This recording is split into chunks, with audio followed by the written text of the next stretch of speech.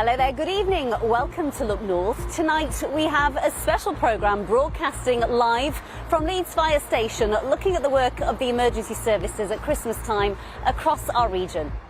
So just being that voice at the end of the phone will leave me with, warmth in my heart over Christmas, knowing that I've made that slight difference.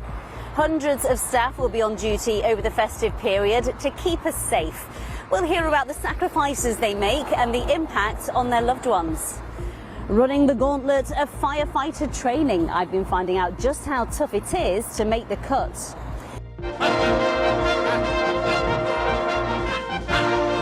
And the police band still going strong after 50 years of entertaining audiences around the region and around the world.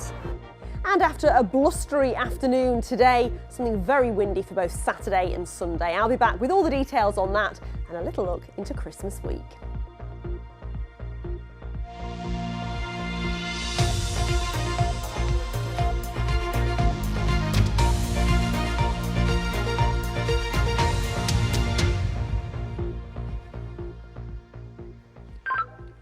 Good evening, welcome to Look North. We are now live on air.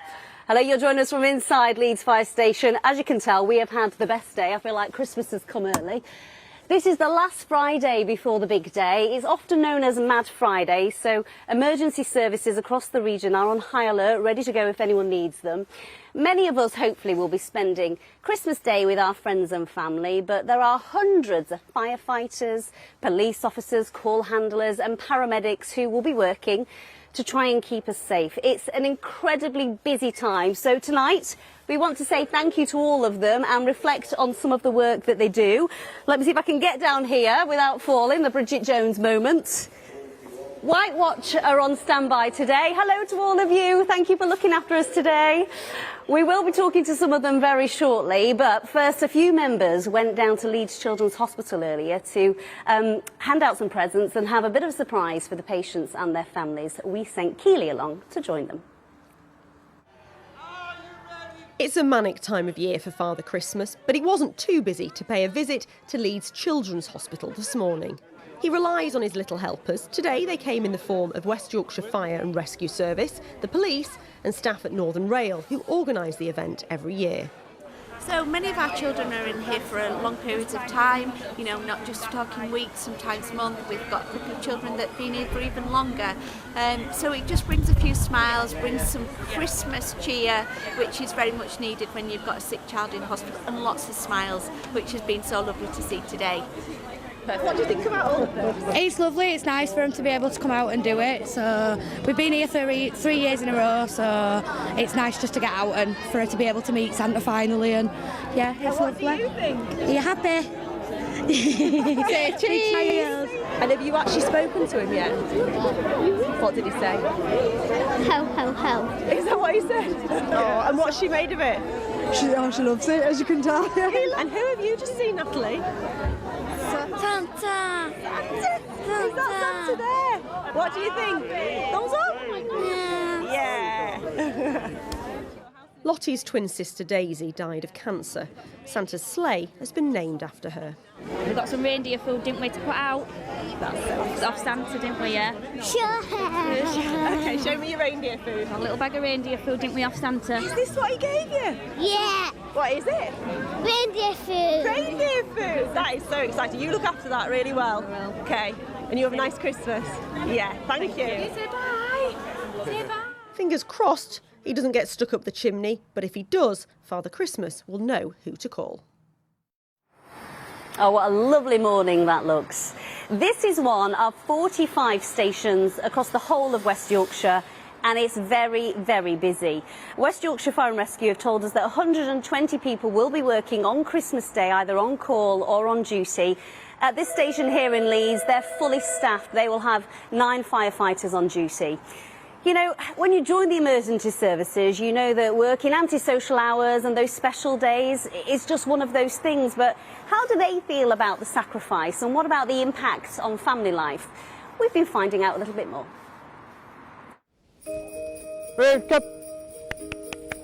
It's quite common that we work Christmas Day. That includes the entirety of Christmas Eve, Boxing Day. This will probably be my 4th time working Christmas Day, and believe it or not, it's just like a normal day at work. Good boy. Hello, I'm Josh. I'm one of the dog handlers at North Yorkshire Police. This is Rune. He's my general purpose police dog. He lives at home with me. We're inseparable 24/7, 365 days of the year.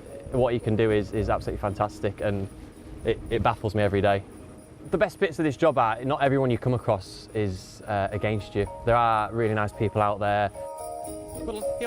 Speaking to your partners about the role beforehand is quite a big thing. You sign up to be a police officer. Unfortunately, there's going to be times when you miss Christmases, you're going to miss birthdays, you're going to miss social gatherings, and you just got to take the rough with the smooth. Hi, I'm Grace. I'm a communications officer for North Yorkshire Police. I've only been in this role for a few months, and this will be my first Christmas on shift. Okay, and do you have a description of them? I'm fairly excited about working Christmas. I've been told it will be fairly busy. My dad was a firefighter and my mum was a nurse. So growing up, Christmas Day wasn't on Christmas Day a lot of the time. I've heard of stories of things that, you know, they've dealt with, and it is nice for me to finally do my bit and give back to the community, especially over Christmas. It just feels that little bit extra. Paula, can you have a look at job 320, please? Yes, of course. I think it's really important, you know, not just over Christmas, but any time of the year to support those people who, when they're ringing up and they want help, that we're there to attend these incidents and deal with them and give them the support they need. Hi, I'm Andy Richardson. I'm a Force Incident Manager working for North Yorkshire Police. This will be my final Christmas working for North Yorkshire before retirement. Probably worked for in excess of 15 to 20 Christmases during that period. Standout memories for me are the 2015 floods, working those on Boxing Day. That was a real challenge. Working in custody over Christmas, that is a different type of work, but that's what we're here for. I'm on call Boxing Day, Christmas Eve, Christmas Day, but I'm off on Boxing Day. Hi, I'm Kyle Wyman. I've been with West Yorkshire Fire and Rescue Service for 4 years. So I've been on call now for the last 4 Christmases, and I'll be on call this Christmas as well. Typical things such as we have been to turkey fires in ovens and chimney fires and things like that. I'm very proud of him. He does a really good job, he works really hard. It does impact on family life. You know, I do miss things, but the benefits of you know, being more part of the local community and helping people far outweighs that. My family are very understanding. They understand that Daddy sometimes had to break away, but they understand why I do that. Just being that voice at the end of the phone will leave me with, you know, warmth in my heart over Christmas, knowing that I've made that slight difference. I'd like to think that I won't be working every single Christmas Day that's coming, but it's part of the parcel. There'll definitely be a dog treat of some description. I'm sure there might be a new dog toy, ball, whatever that may be. We'll see how deserving he is when he gets in on Christmas Day. You're joining us in the crew mess at Leeds Fire Station. This is where the teams will cook their meals. They'll enjoy the meals together. Evening. Yeah. Hello, thank you for having us. Toby is one of the firefighters here. Toby, we were really impressed by the list that you've got here. Time to precision, the Christmas dinner. Yeah. Who cooks all this? It should be the gaffers, but at the end of the day, what the gaffers say goes, so sometimes they delegate that to other people. You're peeling the potatoes, yeah, exactly, yeah. You've worked on Christmas Day before. Yes. What's it like? To be honest, it's just another day at the office, but it is like a family away from home. You know, we work and sleep with these guys, so day in, day out we do it, so it's like a family away from home. I was really impressed by how you all prepare your meals together when you can. Yeah, we try and do what we can together, eat together. Keeps us together as a watch, and then means we can rely on each other when we go out to incidents. What incidents do you tend to deal with at Christmas time? Christmas times tends to be more kitchen fires, sometimes caused by air fryers, generally on top of hobs, or unattended cooking. People come in from a night out after having a few drinks and left some cooking on the hob. It's obviously a really busy time for emergency services. What message have you got for people at home so you can have a nice, quiet Christmas dinner here with the team and they can have a happy Christmas? For home, if you are using candles, don't leave them unattended or around kids. If you get any new gadgets over Christmas, make sure you use the charger that's provided and make sure you follow the instructions provided by the manufacturer. So, yeah. Toby, thank you very much. No, thank you. Happy Christmas to you. Happy Christmas. Happy Christmas to you all. Happy Christmas. I hope it's a quiet one. Thank you.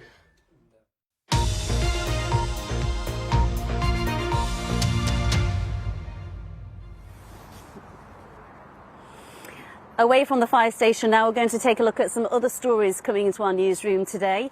A man has been jailed for 23 years for attempting to murder his girlfriend outside a shop in Wakefield. Benjamin Swindell's punched, kicked and stamped on Sophie Conroy, causing serious injuries, and the attack continued as she lay unconscious on the floor. When police arrived, he tried to blame other people for what he'd done. His arrest was captured by the officers' body-worn cameras. I'm in extremely flush. I protected you with my life, and I would kill her. I would kill for my life to take that woman. Calm down. But I haven't done anything. Chill out. Calm down. I didn't be listening. It's an allegation. Sit down. The consequences of this assault could have been much worse given the repeated blows to the victim's head. She spent over a week in hospital, and 8 months on, the victim has been left with physical and psychological damage from the attack. I hope the conclusion of this court case helps her in her ongoing processing and recovery from this incident. A man has appeared in court for the murder of James Hitchcock, a non-league footballer from East Yorkshire, who was seriously injured on Saturday after a night out in York and later died in hospital. 22-year-old Mackenzie DeChico appeared at Leeds Crown Court charged with murder and affray. He was remanded in custody. A trial date was set for July. A driver who blew nearly 6 times over the drink drive limit and had to crawl to a police car has appeared in court. This was the moment 39-year-old Sarah Lidgett from Greater Manchester was arrested following reports of a crash on the M1 in South Yorkshire yesterday. Police officers had to carry her to the police car, where she blew 191 on the roadside breathalyser. The legal limit is 35. She pleaded guilty to failing to provide a specimen at Sheffield Magistrates Court earlier today. Well, you're joining us now from outside the fire station in Leeds, and this is quite a sobering sight, isn't it? Just talking about road traffic collisions, you can see here that these cars are all mangled. This is where the firefighters will come and train of how to cut people out of cars. I'm joined now by Andre Sailing, who's the watch manager for White Watch here at the station, and also Claire Lindsay, head of the Emergency Operations Centre for Yorkshire Ambulance Service. Thank you both of you for being here. I know it's a very busy time of year. This is quite a sobering sight. It's a tough job, this, isn't it, Andre? Yeah, it can be at times, but we do train to every eventuality to make sure we're fully prepared for any incident we might come across at this time of year. And this time of year, it's busy. People are out on the roads, visiting family, going to parties.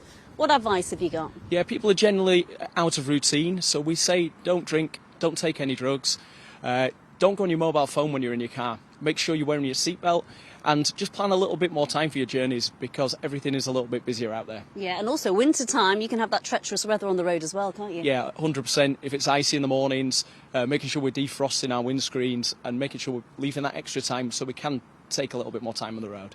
Claire, tonight is known as Mad Friday. How busy are you expecting things to be the next few days? So we're busy all year round nowadays, but obviously over the festive period we're always a lot busier. You know, we're seeing a lot more of those respiratory illnesses and the seasonal viruses that are going around at the moment. But alongside that we do get a lot of alcohol-related incidents. We do know about the pressure on the NHS. It's been widely reported. What can we do to ease that pressure over the Christmas time? Well, I think certainly from an ambulance perspective, you know, we are there to help, you know, and if you have an emergency situation or, you really need our help, then obviously dial 999. We're absolutely there to help you. But we would say is if you've got an urgent condition or an illness, then, you know, try other healthcare facilities first. You know, you could try your GP, the urgent treatment centres, NHS 111 online are really there to help and can give you some really good advice. Will either of you be working Christmas Day? Luckily, I've got Christmas Day off this year, yes. but feel for the teams that do have to work that day. Yeah, well, thank you for everything that you do. So how hard is it to train to become a firefighter? I thought I would find out, so I went to West Yorkshire Fire Service HQ in Birkenshaw to get a taste of it, and yeah, they really put me through my paces. Hi Jodie. Good morning. Amy. Nice to meet you. Nice to meet you. Welcome to West Yorkshire Fire Service. I believe we're going to put you through the paces of a few little tests today. Yeah, I think you definitely will be putting me through my paces. So if you'd like to step inside and we'll get you into some fire kit. I'm excited. Jodie has been a firefighter with the West Yorkshire Service for 23 years and training new recruits for the past 12 months. Before we get started with my training, there's a lot of clobber to put on. Wet legs and we pull them up. Yep, and fasten our waist. Look at that, perfect fit. Plenty of room for Christmas dinner. Absolutely. There we go. Ho, ho, ho, Merry Christmas. Between 2,000 and 3,000 people apply to West Yorkshire Fire Service every year. But with only around 30 places to fill, the stakes are high. It's only this, isn't it? Do I look the part? You look the part to me. I think we're ready to go. I'm sweating cobs already. It's a long process. It can take between 6 and 12 months just to get to the start of a training course. There's lots of testing we have to go through, medicals, interviews, and again, there's lots of physical testing that gets you to this point. How fit do you have to be for this job?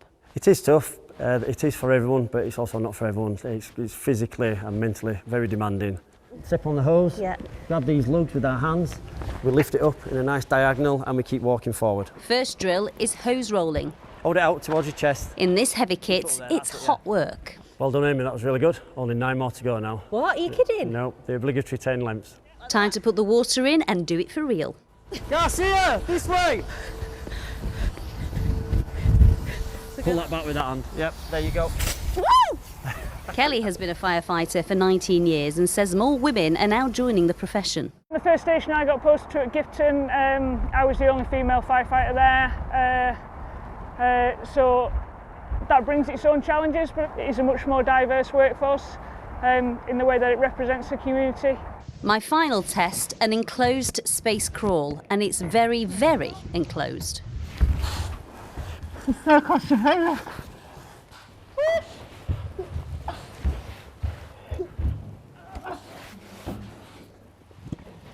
Oh. All right. God, it's quite tough, isn't it? Yeah. What do you think? Have I made the cut? I think you've got potential. Potential, we'll leave it there. I was only there 2 hours. I tell you, I slept very well. The training courses are 13 weeks long, 10 hours a day, 5 days a week. It's really tough and intense training. One thing I really wanted to try when I was filming was this. Andre, we're ready for you. Stylishly done. I don't think I would have looked like that. Hence, the producer said, absolutely no way you're doing that live on television. Andre, I was really surprised at how many different scenarios you've got to deal with when you're doing the training. Yeah. People think because we're the fire service, that's mainly what we do. But we obviously do water rescues, line rescue, we do floodings, we do RTCs, what we've just looked at, the car crashes, and also things like confined space. Yeah, I mean, it was so confined in those small tunnels, and normally you've got smoke in there as well, haven't you, for training? They were being kind to me. Yeah, it makes it a little bit more difficult when you can't see where you're going. It's dark in there anyway, but it can disorientate you. But it really helps us doing that kind of training. If we get anything down sewers or anything like that, we get animals stuck down there quite a lot. So it's something that can really help us getting all that training done. We heard in that report that you get between 2,000 and 3,000 people applying to be part of the fire service. So it's tough to get in, but there are some stations where you struggle to recruit, aren't there? Yeah, competition's hot for the whole time, so full-time fire service. However, in retained areas where you live in the area within 5 minutes, we're always looking to recruit. So if anybody out there's thinking they'd love to join the fire service, just head to the website and you can find all the information on there. So generally, that's someone who would have a normal job and they would be topping it up with being a firefighter? Yeah, 100%. If you have time on an evening, it might work around your family commitments, or if your boss at work is actually really understanding, that can work really well. So if you fancy a career change for the new year, take a look on West Yorkshire Fire Service website, and there's always opportunities there for that particular role as well. Andre, thank you very much. We won't get you doing that again. He's going to be popping up again, isn't he, in 5 minutes' time. Thank you for that. This is a kit room. This is where they all get ready, the firefighters, when they are called out. You can see how neat and tidy all of their uniforms are. And if I just take you to this part of the fire station, it's a bit like a museum. You can see here, there's all the helmets from the decades, really, and some and lapels. Did you know that services have got their own bands and choirs? And there's one for West Yorkshire Police Service, that's been running for 50 years. So we have gone along to one of their Christmas rehearsals to meet some members, old and new.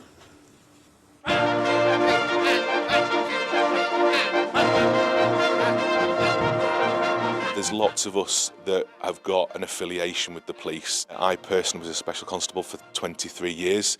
We like to portray the force and the police service in a slightly different light. Often people don't meet the police in favourable circumstances, and we try and change that. So I'm the longest serving member of the West Yorkshire Police Band, and I've been in the band for 52 years. We play for royalty. We do some really good jobs, prestigious jobs.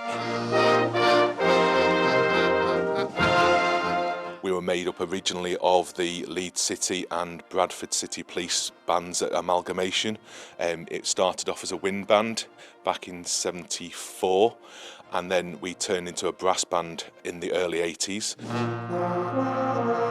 Joined the police band while I was still here at training school. It's really, really amazing to perform alongside all these talented players, and also to hear stories from other people who are retired officers and seeing where their careers took them. At the end of a good concert, there's a feeling of euphoria. You just feel great. All your cares go away. I think the thing that keeps the band going over the years, it's just the general love for the music, and I'm hoping that people can hear it as well when they hear the music, how much people enjoy it, and that's why we do it, really.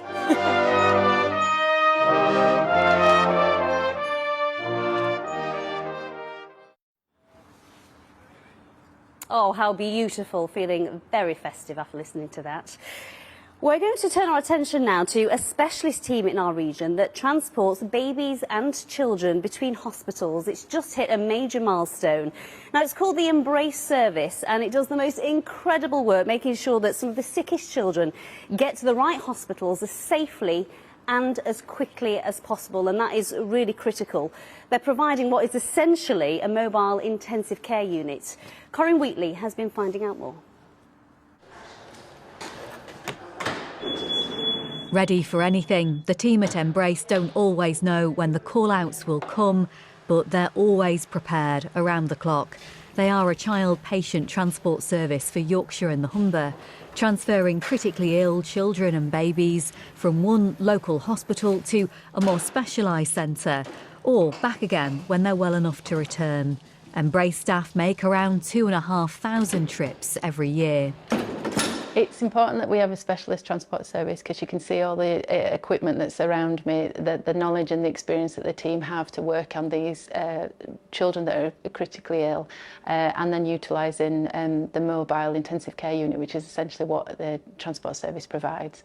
And it's the experience and skills of working with limited resources in the back of the ambulances when you've only got what you've got in your bag or you've got in the cupboard. Most transfers are by road, with Yorkshire Ambulance Service providing the wheels, and some by air in partnership with organisations like the Children's Air Ambulance. Embrace recently hit a major milestone, racking up 500 flights over their 15-year history. The team are often helping families during their most challenging times. He was wrapped up in this little nest in here with all the poppers. Sarah and Madassa are meeting up with senior transport nurse Ian, who was with them when baby Ibrahim was flown home to Rotherham. Big thank you. I can't thank them enough for the level of support they provided. Obviously, they do an amazing job. It was 100 times better than I ever imagined it would be, and I think the way that he was looked after, I don't think there's any words that we can say thank you. Yeah. Ibrahim was born 3 months early, weighing less than 2 pounds. Overall, he's done really well. I think to get to this stage and going through everything that he went through, I think it's a testament to how strong he is, but also all the care that he received from all the healthcare staff. After years of planning, Embrace have just moved into a brand new base near Barnsley, and they've acquired new incubators and trolleys, ending 2024 on a high and ready to help even more families like Ibrahim's. Corinne Wheatley, BBC Look North, Barnsley.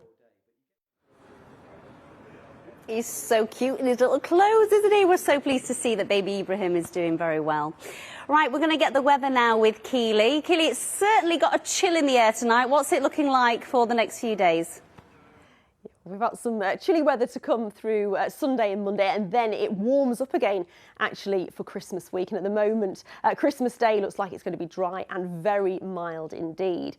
I think the biggest hazard this weekend is actually the strength of the wind. A very windy weekend to come. We've got a warning from the Met Office for strong winds, the risk of gales. That's gusts in excess of 50 miles an hour, particularly for central parts and western parts through Saturday and through Sunday as well. And you can see on the pressure chart how tightly packed the isobars are through Saturday and Sunday. On Sunday, some of those showers could be wintry, particularly at first, so there could be some icy stretches on untreated roads and pavements, particularly in the west.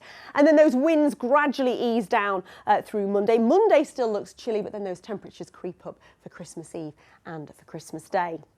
There was some rain around this afternoon, quite blustery conditions too. That rain moved through quite quickly though. It's left behind 1 or 2 showers in its wake, but I think quite a lot of fine weather developing through this evening, so dry and fine with clear spells. But through the second half of the night, cloud will move in from the west, the breeze will pick up, and then rain will move into western parts later in the night. By the end of the night, temperatures will be down at around 6 or 7 degrees. A quick look at those high water times then. 18 minutes past 8 in Scarborough and just gone 8 in Whitby. So tomorrow morning that rain will move through quite quickly. It'll be followed by clear spells, a scattering of blustery showers on and off through the day. Strong and gusty winds, the risk of gales for central and western parts, so gusts between 50 and 60 miles an hour. Still pretty windy in the east as well, and temperatures by the end of the day will have cooled off a bit, 7 or 8 degrees. These showers will continue overnight into Sunday. They'll fall wintry in places, particularly over higher ground and particularly at first. Another windy day to come on Sunday and a chilly day on Monday. Amy. Thanks, Keely. Well, there you have it. A big thank you to all the emergency services for keeping us safe, hopefully this festive period. Thank you to White Watch for having us here today. And thank you to you for watching this year, because this is our last full-length Look North of 2024. So all that's left to say is we wish you a very, very Merry Christmas and a safe one as well, and we will see you on the other side in 2025. We will, of course, have bulletins throughout the festive period to keep you company as well. Happy Christmas from all of us. Bye-bye for now.